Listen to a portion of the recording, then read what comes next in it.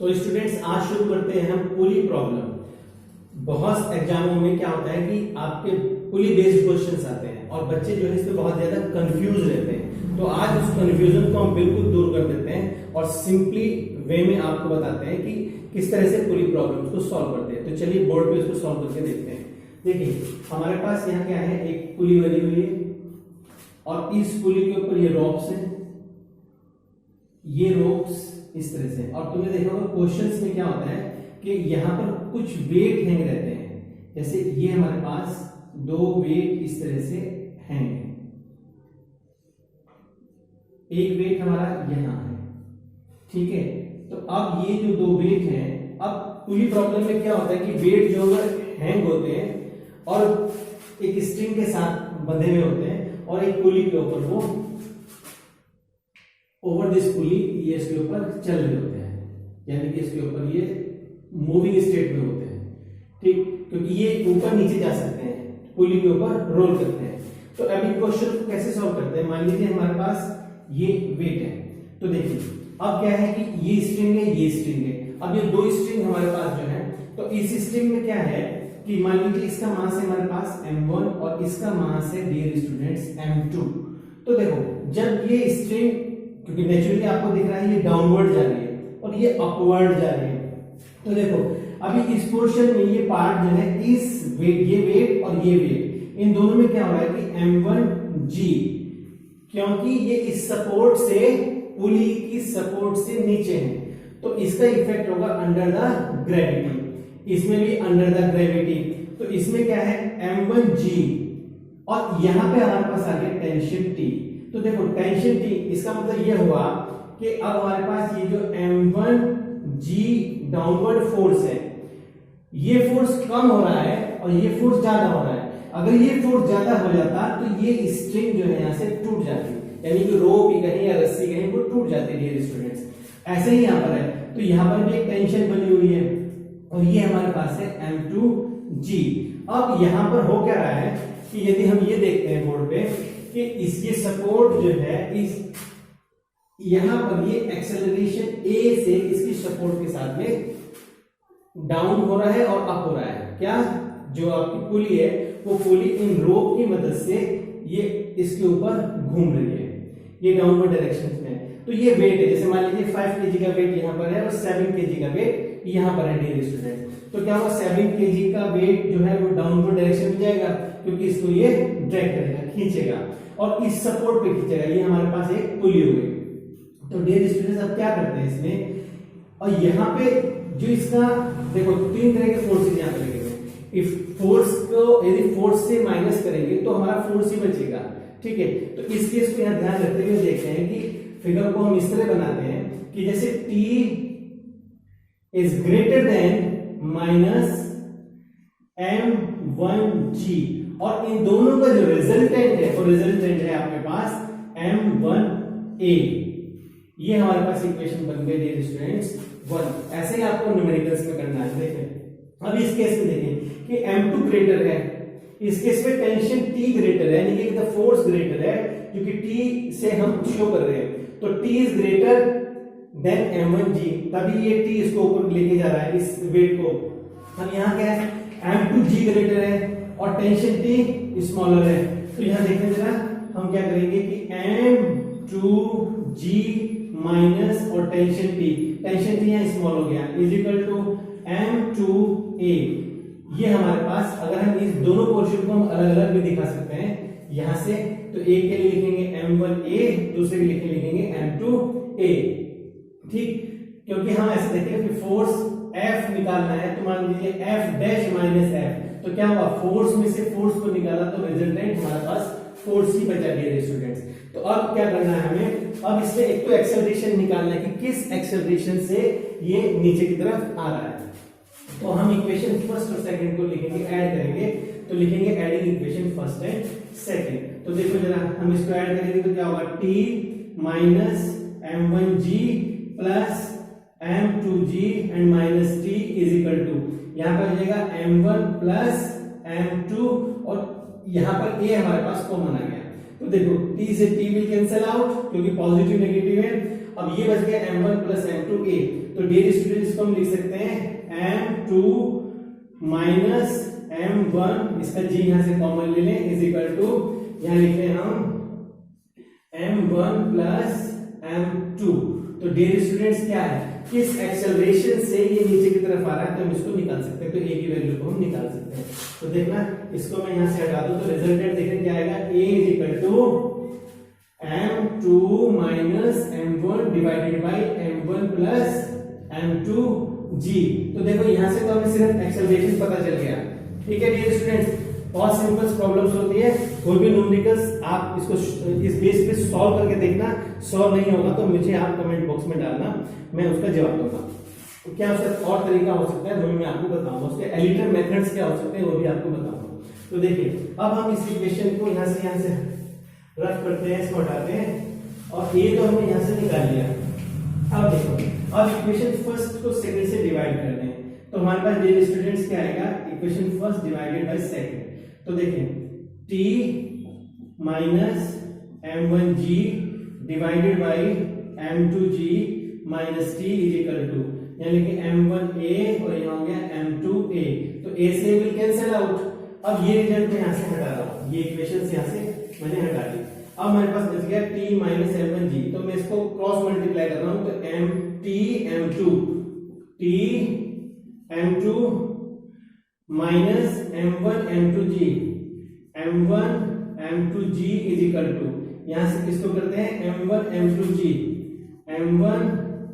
m2g और minus m1t। अब देखिए डियर स्टूडेंट्स करना क्या है, इस पोर्शन को ले जाते हैं इधर और इस पोर्शन को ले जाते हैं इधर, तो यहां पे हो जाएगा t bracket start m2 plus m1, मैं इसको ले आया हूं, t मैंने इसमें से कॉमन ले लिया, इसमें से इसको t को कॉमन ले लिया, तो साइन नेगेटिव का इधर आके पॉजिटिव हो जाएगा, इज इक्वल टू। अब देखिए यहाँ डियर स्टूडेंट्स m1 यहाँ हो गया m2g, इस पोर्शन को इधर ले जाएंगे तो प्लस होगा m1 m2g, तो देखना रिजल्ट क्या होगा, t इज इक्वल टू ये हो जाएगा 1 m1 m2g and 1 m1 m2g, तो देखो 2 m1 m2 डिवाइडेड बाय और g से मल्टीप्लाई और ये पोर्शन नीचे आ जाएगा m1 प्लस m2। तो इस तरह से आप पुली की जो प्रॉब्लम्स होगी डियर स्टूडेंट, उसमें से एक्सेलरेशन और उसका टेंशन यही इसमें पूछा जाता है कि क्या टेंशन है और कितने एक्सेलरेशन से जो आपके वेट्स हैं वो स्लाइड्स कर रहे हैं, इस तरह के क्वेश्चंस को हम कर लेंगे। अब नेक्स्ट टॉपिक में शुरू करता हूं फ्रिक्शन का।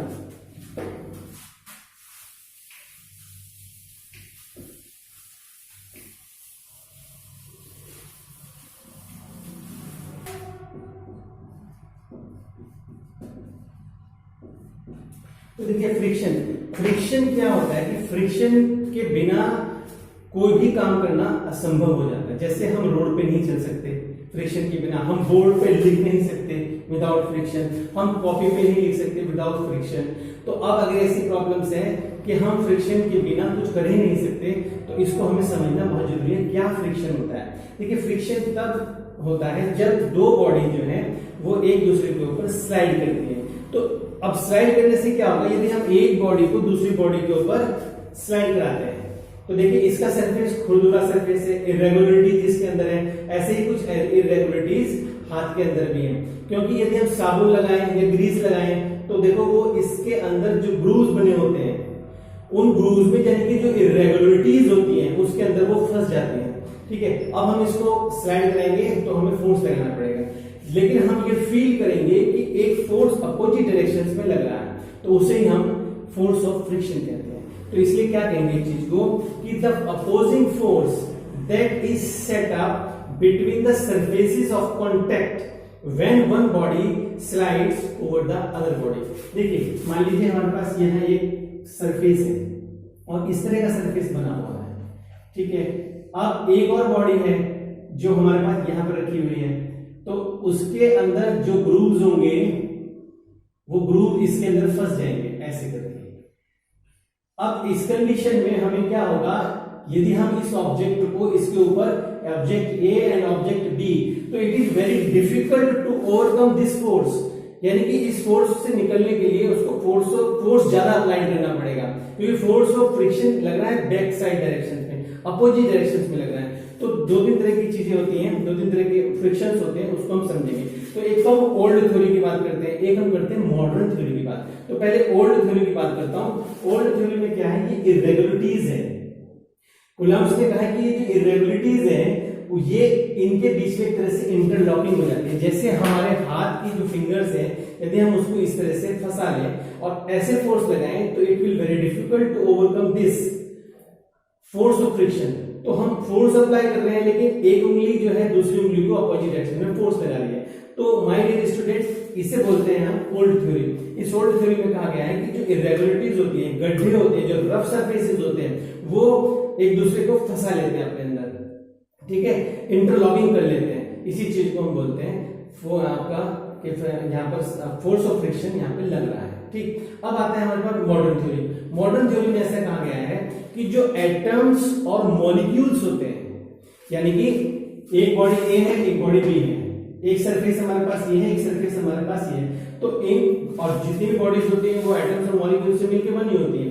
तो जब एक बॉडी दूसरी बॉडी के ऊपर रखी हुई होती है, तो माय डियर स्टूडेंट्स, उसके बीच में जो एटम्स और मॉलिक्यूल्स होते हैं उसमें फोर्स ऑफ अट्रैक्शन होता है। क्या होता है my dear students? Force of attraction होता है। तो वही फोर्स ऑफ अट्रैक्शन जब हम फोर्स अप्लाई करते हैं तो वो अपोजिट डायरेक्शन में फोर्स लगाता है। इसे बोलते हैं आपका मॉडर्न थ्योरी, जो है मॉडर्न थ्योरी जो है आपका फ्रिक्शन की मॉडर्न थ्योरी बोलते हैं इसमें, ठीक है। अब हम बात करते हैं स्टैटिक फ्रिक्शन। तो डियर स्टूडेंट, स्टैटिक फ्रिक्शन क्या है कि static friction is the opposing force that is set up between the surfaces of contact when one body tends to slide over the other body और another body हम कह सकते हैं, ठीक है। यानी कि जब उसकी जो टेंडेंसी है, उसकी प्रवृत्ति जो है, जो मूव करने की होती है, उस कंडीशन में हमारे पास होता है स्टैटिक फ्रिक्शन। कैसे समझें इसको? मान लीजिए हमारे पास क्या है कि एक मेज को हम खिसकाना चाहते हैं, ठीक है, वो जमीन पर रखी हुई है, हम उसके ऊपर फोर्स लगा रहे हैं। तो जब हम फोर्स उसको लगा रहे हैं तो जो हमने फोर्स लगाया है वो फोर्स यदि काउंटर बैलेंस हो जाए, काउंटर बैलेंस है बराबर बराबर, हम लगा रहे हैं 10 न्यूटन, तो जमीन और जो है सरफेस ऑफ जो आपका टेबल है, उन दोनों के बीच में जो हमें फोर्स लग रहा है वो हमारे फोर्स को 10 न्यूटन के फोर्स से ही काउंटर बैलेंस कर दे रहा है, तो वो चलेगा नहीं, ठीक है। यदि हम उससे थोड़ा सा ज्यादा लगा दें, यानी कि मान लीजिए उसको स्लाइड करने के लिए चाहिए 11 न्यूटन का फोर्स चाहिए, तो जैसे हम 11 न्यूटन लगाएंगे उससे पहले बॉडी जो है just at the walls to slide over the other body, तो उसको हम बोलते हैं लिमिटिंग फ्रिक्शंस। यानी कि यदि हम अपने फोर्स को बढ़ा दें, जो अप्लाइड फोर्स है उसको बढ़ा दें, ठीक है, तो वो एक हमारा लिमिटिंग फ्रिक्शन होता है। तो लिमिटिंग फ्रिक्शन क्या हुआ? लिमिटिंग फ्रिक्शन हुआ the maximum value which comes into play before a body just to slide over the another body, ठीक है। जैसी बॉडी चलने वाली होती है तो जो फोर्स लगाया जाता है वो फोर्स ही हमारा कहलाता है लिमिटिंग फ्रिक्शन, और इस लिमिटिंग फ्रिक्शन को हम F से डिनोट करते हैं। तो जैसे हम इसको समझने के लिए ऐसे कहते हैं कि मान लीजिए एक ऑब्जेक्ट है, इसके ऊपर यहाँ पे अप्लाइड फोर्स हमने लगाया, यहाँ हो गया अप्लाइड फोर्स। तो जब अप्लाइड फोर्स लगाएंगे तो यहाँ पे होगा फोर्स ऑफ लिमिटिंग फ्रिक्शन, यानी कि ये force of limiting friction, F जो है लिमिटिंग फ्रिक्शन, और यहाँ पर एक आपके पास रहेगा रिएक्शन R, जो कि इस बॉडी का वेट होगा, यानी कि W mg से हम इसको डिनोट करते हैं मेरे स्टूडेंट। तो अब क्या होगा कि फोर्स जो है वो डायरेक्टली प्रोपोर्शनल टू R के होगा, यानी कि ये हुआ कि F जो है कौन सा क्या चीज है, F जो है वो अप्लाइड फोर्स की वैल्यू है, F जो है लिमिटिंग फ्रिक्शन है, और इसको बोलते हैं value of applied force when the body just began to slide, my dear students, जब उसके वो चलने वाली ही होती है उस समय की कंडीशन को। तो F जो है वो डायरेक्टली प्रोपोर्शनल टू R है, ठीक है। यानी कि हमको इसको चलाने के लिए जैसे R एक रिएक्शन है, यानी कि वेट के इक्वल हुआ, फोर्स अगर हम इन दोनों के फोर्स के बराबर का फोर्स लगाएंगे तो काउंटर बैलेंस हो जाएगा, वो हो जाएगा स्टैटिक, बॉडी नहीं चलेगी। तो थोड़ा ज्यादा फोर्स यदि हम लगाते हैं तो इसलिए आ जाता है F is equal to mu R। ये कोफिशिएंट ऑफ फ्रिक्शन है, कोफिशिएंट ऑफ लिमिटिंग फ्रिक्शन है। तो mu is equal to f upon r से इसको डिनोट करते हैं, यानी कि होता है नॉर्मल रिएक्शंस हो गई, normal reaction my dear students, और ये हो गया आपके पास लिमिटिंग फ्रिक्शन, लिमिटिंग फ्रिक्शन इसको बोलेंगे डियर स्टूडेंट। तो the ratio of the limiting friction to the normal reaction is called the coefficient of limiting friction, इसको तो हम इतना ही बोलेंगे, ठीक है। अब हम बात करते हैं एंगल ऑफ रिपोज की।